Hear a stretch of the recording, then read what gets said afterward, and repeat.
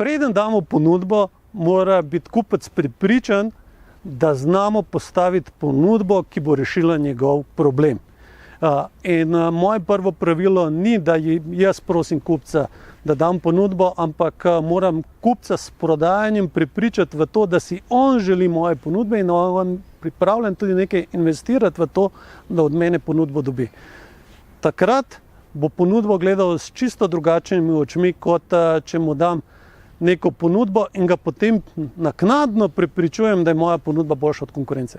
Če znamo na prav način popuščati in hkrati tudi kupca vključiti v njegovo popuščanje, potem ima kupec na koncu občutek, da smo se trdo pogajali, vendar je on kljub vsemu bil zmagovalec v prodajnem oziroma tem pogajalskem procesu.